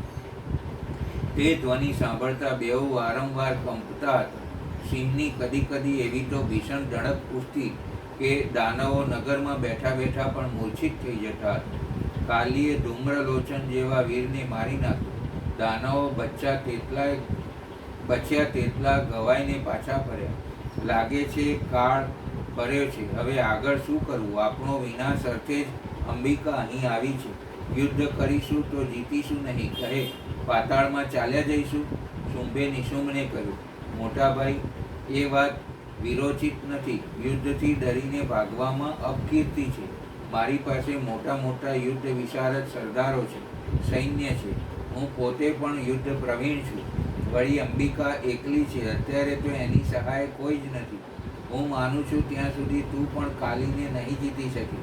અને તું એક નારીના સાથે યુદ્ધમાં જાય એમાં આપણું ગૌરવ પણ નથી. ત્યારે શું કરવું? દેવતાઓ આજ આપણી દુર્દશા જોઈ આનંદ પામી રહ્યા છે. કાલી પર ફૂલની વર્ષા કરે છે. અંબિકાનો શંખ ધ્વનિ આપણા દાનવોની છાતી બેસાડી દે છે. એ સંજોગોમાં યુદ્ધ સિવાય બીજો કોઈ આરો નથી. ચંડમુંડને મોકલીએ. હા, એ બેઉ બળવાન છે. આપણા પછીનું રણ કૌશલ્ય તેનામાં છે. શુંભે તાળી વગાડી. તુરત જ અનુચર ભીતર આવવો જોઈએ. એ ન આવ્યો એટલે શુંભે ફરી તાળી વગાડી કે અનુચર ભીતર આવ્યા. મેં તાળી વગાડી હતી તે નહોતી સાંભળી નહોતી મહારાજ. શંખ ધ્વનિનો ભયજન્ય શોર સાંભળતા હું લગભગ બધિર બની ગયો છું. જા, ચંડમુંડને અહીં બોલાવી લાવ. આજ્ઞા મહારાજની. અનુચર દાનવ ગયો. થોડી વારે તે ચંડમુંડ ભાઈઓ આવ્યા. ઘાટી જાડી જેવા લાલ વાળ, જેના અંગ ઉપર છે નાના પહાડ જેવી કાયા અને મોટી ગોળ ગોળ આંખો છે, એવા શસ્ત્રયુક્ત બેઉ ભાઈ આવી બેઉ સ્વામી ભાઈઓને નમ્યા ને બોલે, આજ્ઞા મહારાજ, અંબિકાને જીતી આવો ને બાંધીને અહીં લઈ આવો, અથવા ન આવે તો રણભૂમિમાં તમારા તીખા બાણથી તેને મારી પણ નાખજો. એ યુદ્ધના નિયમો પ્રમાણે છે. તે યુદ્ધ ભૂમિની શોભા છે, કારણ કે તે નિર્લજ્જ છે. જઈએ છીએ મહારાજ. એક નારીને પકડી લાવી એમાં તે સી મોટી વાત છે. અમે કંઈ ધૂમ્રલોચન નથી કે મૃત પ્રાય થઈ જઈએ. ત્યારે ફતેહ કરી પાછા આવો. ચંડમુંડ સેના લઈ નગર બહાર નીકળ્યા ત્યારે શુંભ નિશુંભ અને રક્તબીજ તેને વળાવવા આવ્યા. વાજિંત્ર વાગ્યા. દાનવો મદિરા પીને મસ્ત બન્યા. ધરતી ધમધમાવતી ચંડમુંડની સેના નગર બહાર આવી કે કાલીના સિંહે ભયાનક ડણક દીધી, જેના અવાજે પૃથ્વી કંપી ઉઠી. અંબિકાની સામે જઈ ચંડમુંડ ઊભા રહ્યા અને બોલ્યા, અરે, તમે નાહક ક્લેશ વધારી રહ્યા છો. હજુ તમને શુંભ નિશુંભના બળનો ખ્યાલ નથી. ધૂમ્રલોચનને મારી તમે ફૂલાઈ જતા હો તો ખોટું છે. એ તો અમારો સામાન્ય સરદાર હતો. હજુ તો કેટલાય મહાન દાનવો લડવૈયાઓ શેષ છે, જેણે ઇન્દ્રના ઐરાવતની સૂંઢ કાપી નાખી છે. દેવો પર વિજય મેળવી સ્વર્ગ પડાવી લીધું છે. જેને યુદ્ધમાં કોઈ જીત્યું નથી ને જીતવાનું એ નથી, તેની સામે તમારો આ ક્લેશ શોભનીય તથા ઉચિત નથી. તમે તો તેને પરણી સુખી થાઓ. આવો પતિ ત્રિલોકમાં ક્યાંય નહીં મળે. દેવતાઓને તો પોતાનો સ્વાર્થ સાધવો છે એટલે મીઠા વચન બોલી તમને ઉશ્કેરી રહ્યા છે. બાકી વિમાનમાંથી પુષ્પની વૃષ્ટિ કરવાનો તો તેમનો એકમાત્ર ધંધો છે. એથી ફૂલાઈ ના જશો. પણ લાગે છે કે તમે તે દેવતાઓની જાળમાં ફસાઈ ગયા છો. એનું શિક્ષણ ચળવણી તમારી રગરગમાં ભર્યા છે. માટે એ સ્વાર્થીલા મિત્રોને છોડી શુંભ નિશુંભ જેવા ધાર્મિક મિત્રનું અવલંબન કરો. એમાં તમારું શ્રેય છે. તેઓ બેઉ ભાઈ અખિલ ભૂમંડળના સ્વામી છે. વળી ભારે સુંદર, સુયોગ્ય, શૂરવીર અને રસશાસ્ત્રના જ્ઞાતા છે. ત્રણેય લોકની સંપત્તિ તેની પાસે છે. માટે તેને પતિ બનાવવાનો મોકો હાથથી જવા ન દો. ચંડ બોલ્યો, મૂર્ખ, મારો શિવ કે વિષ્ણુ જેવાના પતિ બનાવવાનું મૂકી હું દૈત્યને શા માટે પતિ બનાવું? હું કોઈને પતિ બનાવવા માગતી નથી કે કોઈ પતિથી મારે કામ નથી. હું તો મારા સ્વરૂપ નારીઓના અપહરણ કરી દુઃખ દેતા દાનવોના વંશનો ઉચ્છેદ કરવા આવી છું. તારા જેવા કેટલાય દાનવોને મેં મોતને ઘાટ ઉતાર્યા છે. શુંભ નિશુંભ કેવા છે તે સૌ કોઈ જાણે છે. તું તેની પ્રશંસા મારી આગળ ન કર ને યશ પ્રાપ્ત કરવા યુદ્ધ કર. તારા સમેત શુંભ નિશુંભ અને રક્તબીજને મારવા જ અહીં આવી છું. મારા હાથથી તમારા તમામનો નાશ હોવો નિશ્ચિત છે. દૈત્યના કાળ માટે હું અહીં જ ઉપસ્થિત છું. તું અહીં રહે અથવા શીઘ્ર ભાગી જા. રહેવું હોય તો હાથમાં અસ્ત્રો લઈ લે. બળના અભિમાનમાં ચક્ષુ ચંડમુંડે દેવીનું કથન પૂરું થતાં જ હાથમાં ધનુષ્ય બાણ લઈ ભીષણ ટંકાર કરી. દેવીએ ભીષણ શંખનાદ કર્યો. સિંહે પણ એવી જ ગર્જના કરી કે દેવો, મુનિઓ અને માનવો પ્રસન્ન થઈ ઉઠ્યા ને સોચવા લાગ્યા કે મહાદેવીનું ચંડમુંડ સાથે યુદ્ધ શરૂ થઈ ગયું છે. ગદા, તલવાર, આઠે, બાણ આદિ વિવિધ આયુધ ચાલવા લાગ્યા. દેવી પોતાના ચમકીલા બાણોથી ચંડમુંડના બાણોને કાપવા લાગ્યા, જેનાથી આકાશ ભરાઈ ગયું. જાણે આભના પટાંગણમાં મેઘ ધારાઓ બંધાઈ ગઈ. શુંભ નિશુંભે પણ દેવી ઉપર બાણોની પ્રચંડ વર્ષા કરી. આ બાણ જાળ જોઈ દેવીના રોષનું સીમા ન રહી. રોષ કારણે એમને મુખાકૃતિ મેઘની કાળી ઘટા સમાન બની ગઈ. કેળના પુલ સમા વિશાળ નેત્રવાળી વાઘનું ચામડું પહેરેલ, નરમુંડની માળાથી અલંકૃત દેવી એવી ડરામણી લાગતી હતી કે જાણે બીજી કાલ રાત્રિનો પ્રાદુર્ભાવ થઈ ગયો. વિશાળ મોંમાંથી વારંવાર લાલ જીભના લપકારા થવા માંડ્યા. દોડી દોડી દૈત્યોને હાથમાં પકડી મોંમાં ઓરવાને દાંતથી ચાવવા લાગી. ઘંટ સહિત હાથીઓને ગળામાં ઓરી દેતી હતી. રથ સહિત ઘોડાઓને મોંમાં ઓરી દઈ એવું ભીષણ અટ્ટહાસ્ય કરતી કે રીપુઓ કંપી ઉઠતા. પોતાની સેનાનો આ વિનિપાત જોઈ ચંડ પાસે સૂર્ય જેવો ચમકદાર એક ચક્ર હતું, જેની શક્તિ વિષ્ણુની સુદર્શન ચક્ર સમાન હતી. તે ચક્ર દેવી તરફ ફેંકી ચંડ અટ્ટહાસ્ય કરવા લાગ્યો કે દેવીએ એક જ બાણે ચક્રના ટુકડે ટુકડા કરી નાખ્યા અને ચંડ પર બાણ વર્ષા કરી તેને મૂર્છિત બનાવી દીધો. ભાઈને બેહોશ જોઈ મુંડ અત્યંત રોષે ભરાયો ને મહાદેવી પર તુમુલ બાણ વર્ષા કરી. ધનુષ્યની પ્રત્યંચા કાન સુધી ખેંચીને બાણો ચલાવ્યા, પણ દેવીએ ઈર્ષિકાસ્ત્રનો પ્રયોગ કરી બધા બાણ નકામા બનાવી દીધા. પછી અર્ધચંદ્રાકાર બાણ મુંડ તરફ ફેંકી પ્રચંડ આઘાત કરે. જો કે મુંડ દાનવ અતુલિત બળવાન હતો તો પણ પૃથ્વી પર પડી ગયો. દાનવ સેનામાં હાહાકાર મચી ગયો. દેવગણો મુનિઓ હર્ષનાદ કરી ઉઠ્યા. થોડી વારે મૂર્છા તૂટતા ચંડે હાથમાં ગદા લઈ દેવી તરફ ફેંકી, પણ દેવીએ ગદાના ટુકડા કરી બાણપાસનો પ્રયોગ કરી બાણો ફેંકી ચંડને બંદી બનાવી દીધો. ભાઈને બંધાઈ ગયેલો જોઈ મુંડ એક હાથમાં શક્તિ લઈ કાલી તરફ દોડ્યો, પણ તેને દેવીએ બાણપાસના પ્રયોગથી બાંધી દીધો. પછી બે બંદી ચંડમૂળના ગળામાં રસ્સી બાંધી તેને ખેંચતી દેવી અટ્ટહાસ્ય કરવા લાગી ને તેની દોરી કાલી જગદંબા અંબિકા પાર્વતી પાસે આવી કે જગદંબા બોલ્યા, કાલી એ બેઉનો વધ કરી નાખ કે નારીઓ, દેવો અને માનવોને દુઃખો કંઈ કડવા થાય. જગદંબાની આજ્ઞા થતાં જ કાલીએ બેઉ દાનવોના માથા તલવારથી કાપી નાખ્યા. ચંડમૂળનું નિધન જોઈ બધા દેવો શુંભ નિશુંભ પાસે પહોંચે. બધા દાનવો શુંભ નિશુંભ પાસે પહોંચે. કોઈના હાથમાં કપાયેલા હતા, કોઈના નાક તો કોઈની આંખો ને કાન ન હતા. બધા લોહી નીકળતી હાલતમાં હતા. તેઓ નમીને બોલ્યા, મહારાજ અમને બચાવો, નહીતર કાલી ખાઈ જશે. કાલીએ દેવ વિજેતા ચંડ અને મુંડને મારી નાખ્યા. મારી નાખ્યા. શુંભ નિશુંભથી ચીસ નીકળી ગઈ. હા, અસુરપતિ જાનવર જેવી ગળામાં રસ્સી બાંધી ખડગના એક જ ઝાટકે બેઉના માથા ઉડાવી દીધા. કાલીના પ્રયત્નથી યુદ્ધ ભૂમિ અત્યંત ભયંકર બની ગઈ છે. રુધિર અને માંસના ત્યાં એક મોટી નદી ચાલી નીકળી છે, જેમાં કપાયેલા હાથ, પગ ને માથા તરે છે. જે જોઈ કાળજું કંપી ઉઠે છે.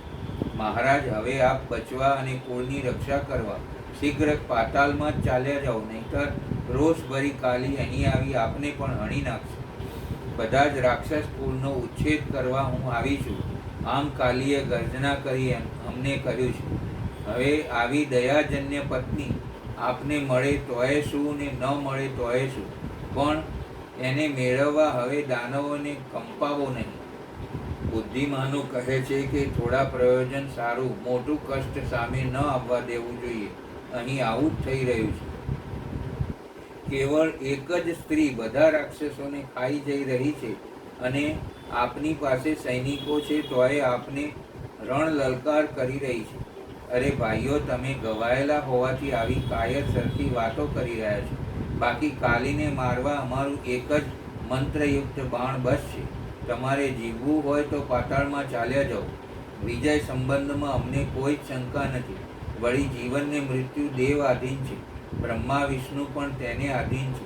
તો એક અબડાના રણ લલકારને અવગણીને સેંકડો વર્ષ જીવવા હું પાતાળમાં કેમ ભાગી જાઉં? હું તો યુદ્ધ કરીશ જ. ઉદ્યમ એ જ પુરુષો માટે મોટી વાત છે. હું યુદ્ધરૂપી ઉદ્યમમાં કાલીને હરાવીશ. યુદ્ધ વિના કોઈ જ કાર્ય સિદ્ધ થતું નથી. યુદ્ધમાંથી ભાગી આવેલા દાનવોને નિશુંભની આ વાત સાંભળી થયું, આ બેઉ ભાઈ હમણાં કાળનો કોળિયો બની જશે. નિશુંભે રક્તબીજને બોલાવ્યું. લાલ વસ્ત્રો અને લાલ રૂંવાટીવાળો પાડા જેવો કાંધવાળો રક્તબીજ આવીને નમીને બોલ્યો, આજ્ઞા મહારાજ, યુદ્ધમાં જાઓ. આ ચાલ્યો દાનવેશ અને પૂરી શક્તિ લગાવી યુદ્ધમાં તત્પર બનો. આપે કંઈ ચિંતા ન કરવી. એક નાની છોકરીની સી વિષાદ છે. અમારી સાથેના યુદ્ધમાં હાર્યા પછી તે આપની દાસી થઈને રહેશે. આમ બડા સાંકી રક્તબીજ રથ પર બેઠો. મોટી સેના સાથે લીધી. હાથી, ઘોડા, રથ ને પેદલ સૈનિકો ચારે બાજુ ખીચોખચ ભર્યા હતા. એને આવતો જોઈ દેવીએ કરાલ એવો શંખનાદ કર્યો કે ગગન ભરાઈ ગયું અને દાનવોના હાથી ઘોડા ભડકીને નાસભાગ કરી ઉઠ્યા. દૈત્યોના હૃદય કંપી ઉઠ્યા. તો પણ રક્તબીજ દેવી પાસે ગયો અને છલનાયુક્ત કપટભરી મધુર વાણીથી બોલ્યો, બાલે, તું શું મને કાયર સમજી શંખ ધ્વનિથી ભયભીત કરી રહી છે? તે શું મને ધૂમ્રલોચન સમજી લીધો? મારું નામ રક્તબીજ છે. મીઠા વચનો બોલવાવાળી હું તારી સામે યુદ્ધ કરવા આવ્યો છું. તું સાવધાન બની જા.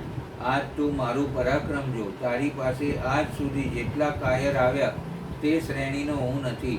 તું તારી ઈચ્છા અનુસાર મારી સાથે યુદ્ધ કરી શકે છે. મેં સાંભળ્યું છે તે નીતિશાસ્ત્ર સાંભળવાનો અવસર તને મળ્યો છે.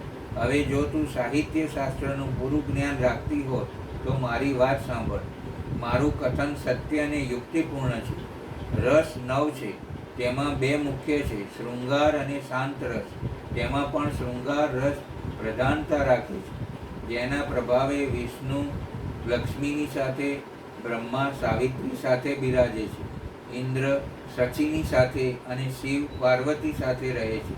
તે ત્યાં સુધી કે વૃક્ષ લતા સાથે, મૃગ મૃગલી સાથે અને કબૂતર કબૂતરી સાથે આનંદથી મસ્ત રહે છે. આ બધા પ્રાણી સંયોગ રસનો અનુભવ કરે છે. અન્ય ઘણા એવા માનવો પણ છે કે જેને આનો અનુભવ કરવા અવસર મળ્યો નથી. તે અકર્મણ્ય છે. ભલા આવી વ્યક્તિઓ માટે ક્યાં જ્ઞાન અને વૈરાગ્ય? કામ, ક્રોધ, લોભ, મોહ પર વિજય મેળવવો બહુ કઠિન છે. માટે તું મને અનુકૂળ પતિ બનાવી લે. મહાબળવાન શુંભ નિશુંભ એ માટે સર્વથા યોગ્ય છે, જેણે બધા દેવતાઓ પર અધિકાર પ્રાપ્ત કરી સ્વર્ગ જીતી લીધું છે. દેવી હસીને મેઘ જેવી ગંભીરતાયુક્ત યુક્તિપૂર્વક પૂર્ણ બોલ્યા, મૂર્ખ, મેં તો દૂત સાથે પ્રથમ જ કહાવ્યું છે. તું તો વ્યર્થ બકવાસ કરી રહ્યો છે. ત્રણેય લોકમાં કોઈ પણ પુરુષ જો રૂપ, બળ અને વૈભવમાં મારી સમાનતા રાખતો હોય તો તેને જ હું પતિ રૂપમાં સ્વીકાર કરું છું. પહેલાં જ આ પ્રતિજ્ઞા કરી ચૂક્યો છું. તું શુંભ અને નિશુંભને કહી દે કે તમે યુદ્ધમાં પરાસ્ત કરી એ દેવીની સાથે વિવાહ કરી લો. તું પણ શુંભ અને નિશુંભની આજ્ઞા માની તેનું કાર્ય સિદ્ધ કરવા આવ્યો છે તો યુદ્ધ કર, નહીં તો તારા સ્વામીની સાથે પાતાળમાં ચાલ્યો જા. દેવીનું કથન સમાપ્ત થતાં જ રક્તબીજે દેવીના સિંહ પર બાણો ચલાવે. દૈત્યના એ સર્પાકાર બાણો આકાશમાં જ હતા કે દેવીએ પોતાના હાથની સુંદર કળા પ્રદર્શિત કરી. તીખા બાણથી એ બધા કાપી નાખ્યા અને સાથે જ ધનુષ્યની પ્રત્યંચા કાન સુધી ખેંચી તેના પર ભીષણ ટંકાર કરી અમોઘ બાણો રક્તબીજ તરફ ફેંકવા લાગી. આ બાણોના આઘાતથી દાનવ રથ પર જ પડી ગયો. તેને મૂર્છા આવી ગઈ. રક્તબીજને રથમાં મૂર્છિત પડેલો જોઈ તેની સેનામાં હાહાકાર મચી ગયો. બધા સૈનિકો ભયજનક ચીસ પાડી ઉઠ્યા ને બોલવા લાગ્યા, બસ, અમે હવે માર્યા જઈશું. શુંભના કાને આ કરુણ પોકાર પડ્યો અને તેણે સૈન્યમાં આજ્ઞા આપી. કંબોજ દેશ રહેવાવાળા બધા દાનવો સૈનિકો સહિત જાય અને તે ઉપરાંત કાલકે સંજ્ઞાયુક્ત જે શૂરવીર દૈત્યો છે તે પણ યુદ્ધમાં જાય. શુંભની આ આજ્ઞા સાંભળતા તે દાનવ સૈનિકો સહિત રથ, હાથી, ઘોડા કે ગર્દભો પર બેસીને મોંએથી અનેક પ્રકારની ભીષણ વાજિંત્રો બજાવતા રણ લલકાર કરતા નગર બહાર નીકળ્યા. દેવી કાલીએ શુંભની આ નવીન સેના આવતી જોઈ અને ભીષણ અઠાસ્ય કરી. સિંહે ગર્જના કરી અને દેવીએ ઘંટ બજાવવાનો પ્રારંભ કરી દીધો. તેના ભયંકર પડઘા ત્રિલોકમાં છવાઈ ગયા. એક પળ તો દાનવોની એ રણ લલકાર કરતી નવી સેના સ્તબ્ધ બની રહી. કાલીએ એ પછી ધનુષ્ય હાથમાં લઈ તેની દોરીનો વારંવાર ટંકાર કરવા માંડ્યો કે જેના શ્રવણ માત્રથી દાનવોના કાન બધિર બની ગયા. કેટલાય મૂર્છાવશ બની જમીન પર પડી ગયા તો કેટલાય દેવી પર હથિયારના ઘા કરવા લાગે અને દેવી સાથે દાનવનું ભીષણ યુદ્ધ શરૂ થઈ ગયું. પૃથ્વી ડોલવા લાગી, સમુદ્ર ખળભળી ઉઠ્યો, વનો અને પહાડો ધ્રુજી ગયા. ભાગ 23. મીંઢોળ. અરણ્યનો ગંગા તટના તપોવનનો સૂર્યોદય જોવા એ જીવનનો એક અલભ્ય પ્રસંગ છે. ભદ્રાયુ વસતો હતો તે અરણ્ય પર અત્યારે સૂર્યની સોનેરી સવારીઓમાંથી ઓગળી અવની પર રોળાતો હતો. પ્રકાશ ધરતીને અપરૂપ શોભા દેતો હતો. આગે આગે ગંગાના વહેતા વારી કાંઠાની વૃક્ષ ઘટા, કોયલોનો ટવકાર, ધેનુઓના ભાંભરવાનો નિનાદ, મૃગના ઝુંડના આગમન ગમન, વાયુની લહેરો, ફૂલોથી ઝૂમી રહેલ વેલડીઓ, વૃક્ષોને લતા મંડપો, લીલીછમ આંખને ઠારે એવી વનરાઈ, અને આ વનરાઈમાં મીઠો કલસોર કરી દર્ભ પુષ્પ અને સમિત વીણતા મુનિકુમારો, મુનિકન્યાઓ ને મુનિપત્નીઓ. ભદ્રાયુ અને સુષમા બેઉ અત્યારે અરણ્યમાં ફળો અને ફૂલો લેવા નીકળ્યા હતા. પ્રાતઃ સ્નાન પૂજામાળા કરી તેઓ વનની શોભા જોવા અને સમિધ વીણવા નીકળ્યા હતા. સુષમાના રૂપ ભર્યા અંગ ઉપર વનરાઈના રંગ જેવી હરિયાળી ઓઢણી હતી. લાલમ લાલ હોઠવાળા મોં પર ને માથા પરથી વારંવાર સરકી જતા ઓઢણા પર નજર માણતો ભદ્રાયુ આ ભારિયાના રૂપ લાવણ્યને જાણે પી રહ્યો હતો. તમે તો નિત્ય નવીન છો હો. ભદ્રાયુથી આખરે બોલ્યા વિના રહેવાયું નહીં. હવે તમે આમ જેમ તેમ નજર નાખ્યા કરો એટલે આ મારું નિત્ય નવીન રૂપ ઓઝપાઈ જવાનું. અરે કંઈ એવું તે હોય જ વળી. આથી તો તમારી આવી નજરથી બચવા મારે મારા મહિયર જતું રહેવું છે. ભદ્રાયુને ફાળ પડી. સુષમા આ શું બોલે છે? કંઈ એમ તે જવાય? તમે ન જવા દો. હાથમાં પકડેલ ફૂલ એમ જ પકડી રાખી સુષમા પોતાનું રૂપ ભરી મોં ભદ્રાયુ ભણી રાખીને બોલી, તમે બીજું કહો તે કરું, પણ તમને આંખથી અળગા ન થવા દો. આ ઉચ્ચારણ સુષમાને ગમ્યું. પ્રભાતની રમ્યતા જેવું આહ્લાદજન્ય લાગ્યું. પણ મારે તમારી આંખ આગળથી અળગા થવું જ પડશે. શા સારું? મારો શો અપરાધ છે? દીન બની ભદ્રાયુ બોલ્યો. સુષમા એક બાજુ જોઈ મરમાળ હસી. તમને વેદનું જ્ઞાન છે, પુરાણો ભણ્યા છો, પણ રસ અને અલંકાર શાસ્ત્ર ભણ્યા નથી. એટલે મને અરણસિક પતિ સાથે રહેવું ફાવતું નથી. રસ શાસ્ત્રનું મેં અધ્યયન કર્યું છે. ત્યારે કહો જોઈ, પત્ની ક્યારે ને કેમ રીઝે? કહું રહો, સ્મૃતિ પર લાવું. અરે એના તે કંઈ સંભાળના હોતા હશે? એ તો ઝટ દઈને કરી નંખાય. અરે પુરાણકારની અદાથી એનું વિસ્તૃત વિવેચન પણ સહજપણે માંડી દેવાય. એનું નામ રસશાસ્ત્રનું અધ્યયન અંગે અનુભવ કર્યો કહેવાય. એટલે તો મને હવે તમારી સાથે બિલકુલ ગમતું જ નથી, કહી વળી એક બાજુ મોં પર સુષમા મરમાળું મીઠું હસી. કહું છું સાંભળો. ચંદ્રમાનો ઉદય હોય. કયો ચંદ્રમા? ચંદ્રમા તો ઉગ્યા જ કરે છે. સુષમા, શરદ પૂર્ણિમાનો ચંદ્ર સુરતનાથ 16 કળાએ પ્રકાશ્યા હોય તે કૌમુદી પૂર્ણ રાતે ભાર્યા પતિ પાસે બેઠો હોય તો રીઝે. બસ બેઠા બેઠા રીઝી જાય? એને એકાકી શરદની શોભામણી કૌમુદીના દર્શન કરતાય ન આવડે? ત્યારે શું વળી બીજું? રહો, હું જ કહું. કેટલા ફૂલો વીણ્યા. ટોપલી ભરાઈ રહી છે. ચાલો હવે ફળો વીણીએ. સુષમા પતિને એક વૃક્ષ ગટામાં લાવીને છાંયે બેસાડી તે બાજુમાં બેઠી. હવે કૌમુદી દર્શનની વાત આગળ કરો જોવું. ભદ્રાયુ બોલ્યા. તમે તો કહો છો ને કે મેં રસશાસ્ત્રનું અધ્યયન કર્યું છે ને તારા સાનિધ્યમાં અનુભવ્યું પણ છે. એ ખોટું પડે છે. જુઓ, હું કહું. પત્ની પાસે બેસી તેના રૂપને ગુણને ચંદ્રમાની કળા સાથે મૂલવવા જોઈએ. પ્રશંસા પત્નીને પ્રિય હોય છે. હા, સત્ય કથન. હવે એના અનુસંધાને તમે કંઈક કહો.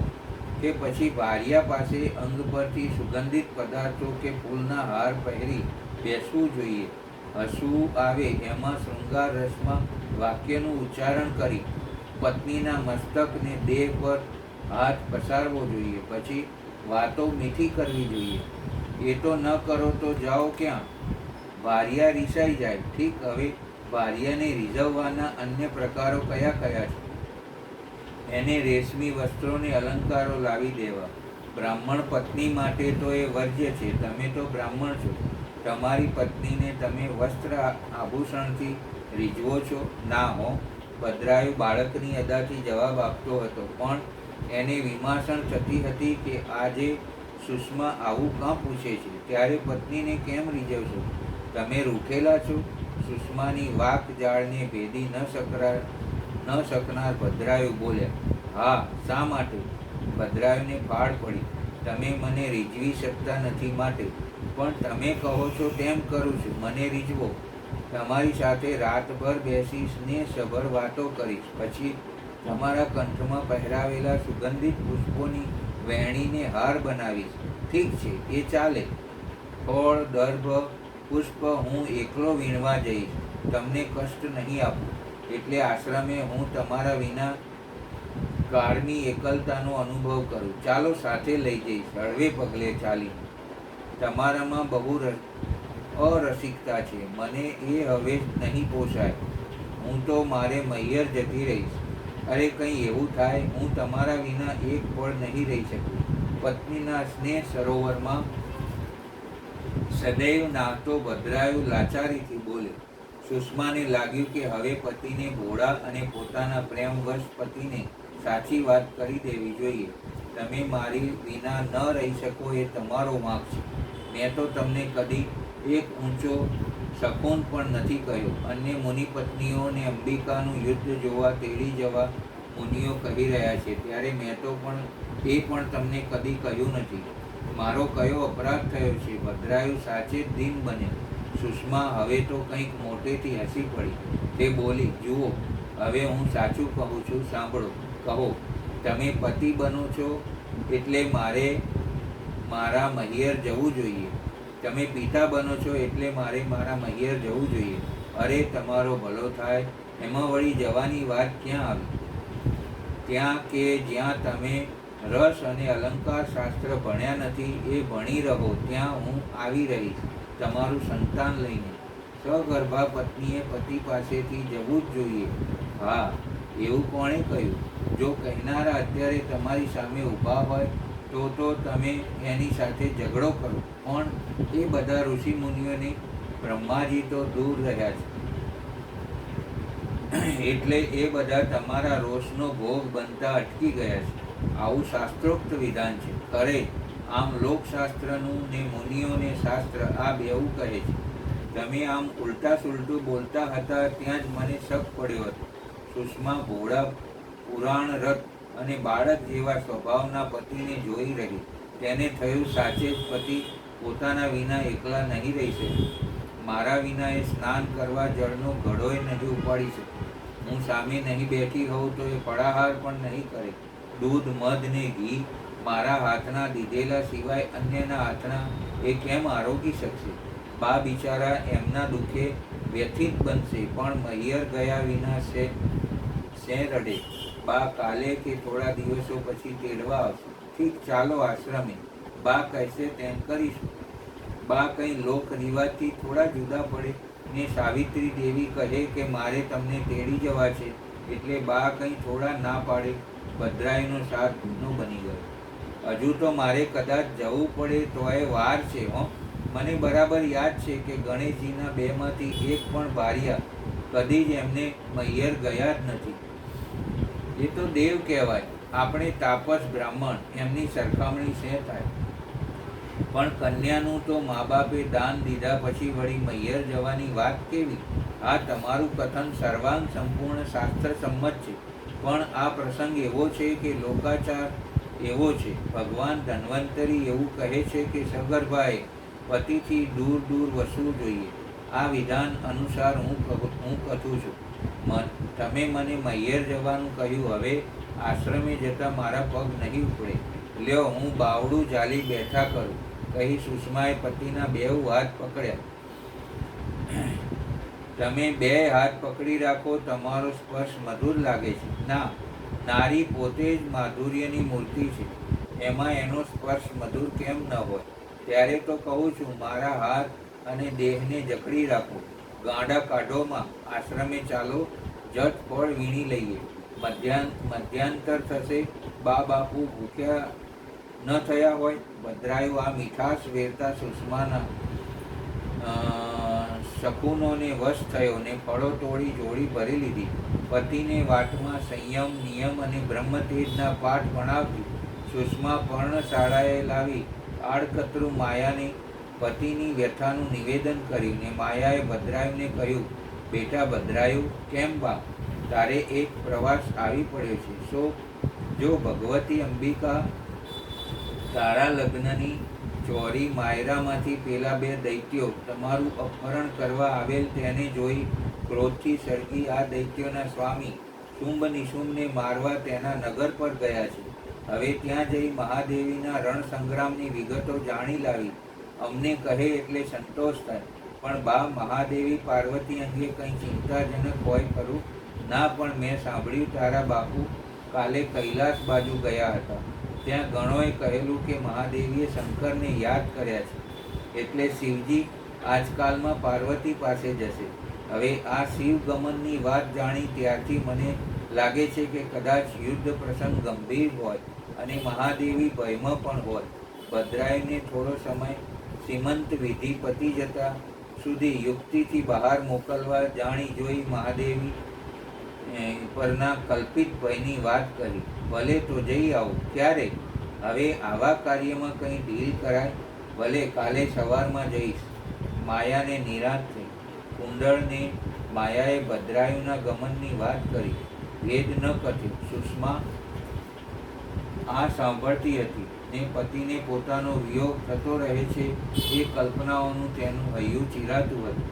ગાયો આવી, માયાએ દોહી. સંધ્યા રાણી એને કસુંબલ પાલવ ઓઢી આથમણી ક્ષિતિજે ઊભા રહી. ભદ્રાયુ સુષ્માના દાંપત્ય પ્રેમને અવલોકી એવું મીઠું મલક્યા કે એણે મલકાટે અવની પર કેસરી રંગની આભા ચમકી રહી.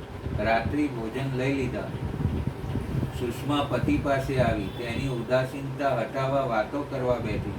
આ તો પછી હવે તમે રસ, અલંકાર, અન્યોક્તિ, ઉત્પ્રેક્ષા અને વ્યંગાર્થ આ બધું સાહિત્યનું અધ્યયન કરજો. ભલા તમારા મોંએ આટલા બધા શાસ્ત્રોના નામ ક્યાંથી?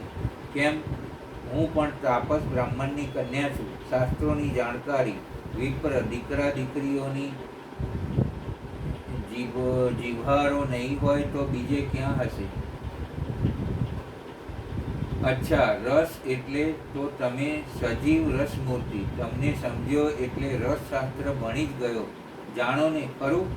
સુષ્મા સામે ધીરી ઘીના દીવાની જ્યોતના અજવાળે સામે જોતા ભદ્રાયુ બોલ્યો, મારું સદભાગ્ય છે કે તમે મને આટલી ઉત્કંઠાથી ચાહી રહ્યા છો અને મને જીવંત રસશાસ્ત્ર કહ્યું છે. હું પણ સદભાગી તો કેમ નહીં કે જીવતર જીવવાનો રસ, આનંદ અને પ્રેરણા તમારામાંથી મળ્યા કરે છે. એ વિશ્લેષણ આપે પતિ પત્ની પછી કરીશું. પ્રથમ હું તમને આ કહું તે ભણજો, જેની જીવતરમાં અગત્યતા છે. આ કહો. પછી અલંકાર શાસ્ત્ર એટલે હું સામાન્ય સ્ત્રી છું, છતાં તમે મને અલંકારોથી રૂપનો ભંડાર, કોકિલ કંઠી, ગજગામિની, ચંદ્રમુખી આમ કહી ઉપમાઓ આપો છો. તે અલંકાર શાસ્ત્ર. આ અલંકાર જીવનના દરેક પ્રસંગે હર વસ્તુઓ જેમાં સૌંદર્યના દર્શન થાય, જેનાથી આત્માની પ્રસન્નતા વધે તેને બિરદાવવું, સાહજિકપણે તેને પ્રશસ્ય રહેવું એ અલંકાર. જરા ગહન તો છે, પણ તમે તમારું દ્રષ્ટાંત એમાં મૂક્યું એટલે અલંકાર શાસ્ત્રને ભણતા હવે બહુ વાર નહીં લાગે. હસીને સુષ્માના ગાલે આંગળી અડાડી ભદ્રાયુ બોલ્યો. પછી વ્યંગ, એકને કહેવું ને બીજાને સંભળાવવું. એ વિદ્યા તો તમને નારીઓને વધુ ફાવશે. ના, નારી એકને કહી બીજાને નથી સંભળાવતી, પણ પતિને કહી પતિને જ સંભળાવે છે. પતિ સિવાય મધુરા વચન ઈશ્વરને પણ સંભળાવવા નારી રાજી રહેતી નથી. હવે આ મારે બીજે ક્યાં ભણવા જવું? તમે જ કાલથી ભણાવવા માંડો. કાલે તો તમે મહાદેવી પાર્વતી શુંભ નિશુંભ સામે જ્યાં લડે છે ત્યાં જવાના છો ને? હા, પણ આવતા કેટલી વાર? પાર્વતી દેવીના ચરણે મારા પ્રણિપાત કરજો. કહેવાય તો કહેજો માં. તો કેટલાય સમય થયા દૈત્યોને ડમરોળી રહ્યા છે. કહીશ, ભગવાન શંકર જો પાર્વતીના બોલાવવાથી ત્યાં આવી ગયા હોય તો તેમને પણ મારા પ્રણિપાત કહેજો અને પ્રણિપાત કરજો. ભલે એ કંઈ હું ચૂકું. બા બાપુજી વતી પણ અભિવાદન કરવાનું હો કે. અને તમારા વિના મારે એટલો સમય એકાકી રહેવાનું. સુષ્માને થયું, ભોળાને પ્રમાણ સ્વામી પોતાના લાંબા સમયનું મહિયર ગમન નહીં સહી શકે. આવતીકાલે જવાનું પુરોગામી ચિંતાએ ભદ્રાયુ શૈયામાં આડો પડ્યો. સુષ્માના દેહમાંથી વછૂટતી અદિત સુગંધ સરિતામાં નાહતો. પ્રભાતે સુષ્મા જાગી ત્યારે પતિ પથારીમાં ન હતા. એને ફાળ પડી, પણ વળી યાદ આવ્યું કે પતિ તો મહાદેવના સાનિધ્યે ગયા છે. પણ પતિનો આટલો સ્વલ્પ વિયોગ પણ એને ન ગમ્યો. એ પથારી પર જ ઘૂંટણ કરતા હાથ વીંટાળી વેર વિખેર વાળવાળું મસ્તક ઝુકાવી ક્યાંય સુધી શૂન્ય મનસ્ક બેઠી રહી. જ્યારે માયાનો સાદ આવ્યો ત્યારે જ કલ્પનાનો દોર તૂટે. સુષ્મા આવી બા, કેમ આજે મોડું થયું? ભદ્રાયુને તો જાણે મેં જતા જોયો. હા બા, તમારી આજ્ઞા એટલે એ એક પળ થંભે તેવા નથી. એના બાપ જેવા ભોળા સ્નેહાળ ને આજ્ઞાકારક છે. એ પાછા ક્યારે આવશે બા? સ્નેહવશ સુષ્મા મર્યાદા પણ છાળતી જતી હતી. એનું એને ભાન નહોતું રહ્યું. હવે આવે ત્યારે ખરો. મોં પર મરમાળ સ્મિત લાવી માયા બોલી, ઠીક, આવું ન પૂછાય. એ વાસ્તવિકતાનું ભાન થતાં એણે વાત સંકેલી લીધી ને સ્નાન કરવા ગઈ. માયા મનોમન રાજી થઈ કે સારસ પંખીનું જોડું કીર્તારે રચ્યું છે. ભગવાન સદાશિવ એને સુખી રાખે. બરાબર 8 દિવસે ભદ્રાયુ પાછો આવ્યો ને જ્યારે એણે બીજે ક્યાંય પ્રથમ દ્રષ્ટિ મળ્યા સિવાય સુષ્મા પર નાખી, તેમ એણે સુષ્માના જમણા હાથે કાંડે મીંઢળ બંધાયેલું જોયું હતું. વિવાહ સમયે જોયું હતું. પત્નીની આ દ્રષ્ટિપાત બંકી નજરે સુષ્મા અવલોકી મર્મ ભર્યું હસી ને પોતાના કાંડે આ મીંઢળ કેમ અને સાથી બંધાયો તેવી શંકાના પતિના મોં પર રચાતા વાદળોની દોડધામ નિહાળતી એક હાથમાં જળપાત્ર ધરી સામે ઊભી રહી. ઘણા દિવસે ભારિયાના હાથનું પાણી પી ભદ્રાયુ સંતોષ પામી. જઈ આવ્યા ભાઈ? માયા નજીક આવીને બોલી, હા બા, તારા બાપુને મળ્યો? મળીને પછી જ અંદર આવ્યો. ઠીક, જમી લે, પછી નિરાંતે વાત કર. મહાદેવી કુશળ છે ને? બા, પાર્વતી દેવીની કુશળતાનું શું પૂછવું હોય? સુષ્મા ફળો પીરસો. સુષ્માની પાછળ જઈ ભદ્રાયુ દર્ભના આસન પર કેળના પાનની સામે બેઠો. વારંવાર ભારિયાના મોં સામે જોતો હતો. ભદ્રાયુ ફળની ચીરો મધમાં ઝબકોળી મોંમાં મૂકતો હતો. એ જોઈ સુષ્મા બોલી, પહેલાં જમી લો, પછી મને જોજો. જોતા ધરાતા નથી? આટલા દિવસોથી જોતો આવ્યા છો તોય? હા, તોય ધરાવ થતો નથી. રાંકાનો રાંકો જ રહ્યા કરું છું.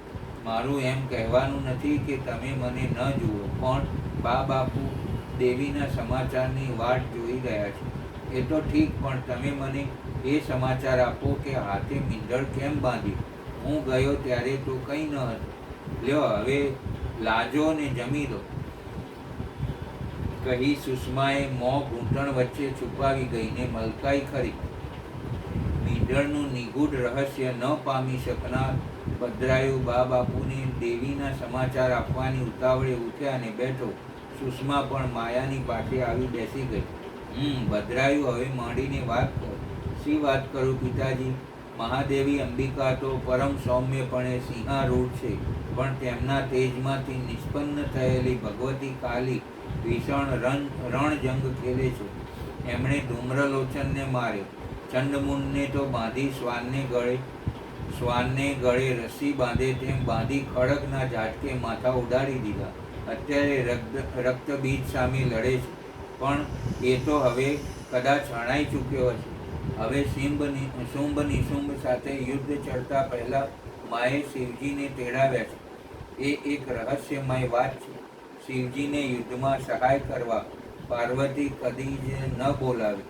એમના તેજમાંથી તેઓ અનેક કાલી સર્જી શકે છે. મેં અંબિકા સ્વરૂપે પાર્વતીને દૂરથી નમસ્કાર કર્યા. મને જોઈ વરદ હસ્ત ઊંચો કરી મલક્યા. મેં વારંવાર નમસ્કાર કરી તમારા સૌ વતી અભિવાદન કર્યા.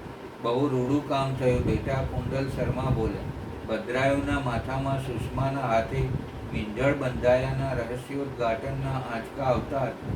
ત્યાં માયા બોલી, તારા સાસુને તેના આપ્તજનો આવ્યા હતા. ભદ્રાયુ સમક્ષ રહસ્ય પર રહસ્ય આવતું જતું હતું. એ ભેદવા તેણે મથામણ આદરી. ભાગ 24 ચંડીગઢ.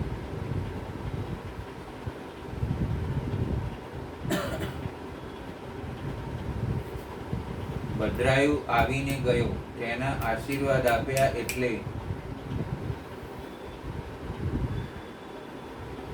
ભાગ 24 ચંડીકે અહીંયા આપણે થોડો વિરામ લઈશું, કારણ કે વિડીયોના પણ અમુક સમય મર્યાદાઓમાં આપણે ભાગ પાડવો પડશે. થોડા સમય પછી ફરી પાછા મળીશું.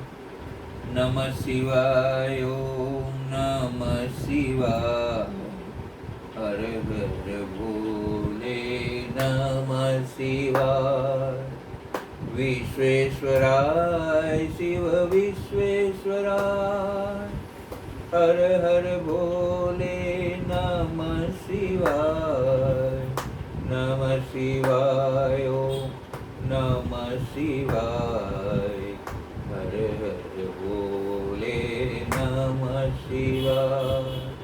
ભગવાન ભોલેનાથ કી જય. હું આયુર્વેદ શાસ્ત્રજ્ઞ હોવા છતાંય પણ શિવ મહાપુરાણ અધ્યયન દરમિયાન ઘણી બધી નવીન વિશેષ જ્ઞાનનો અહીંયા અનુભૂતિ થઈ છે.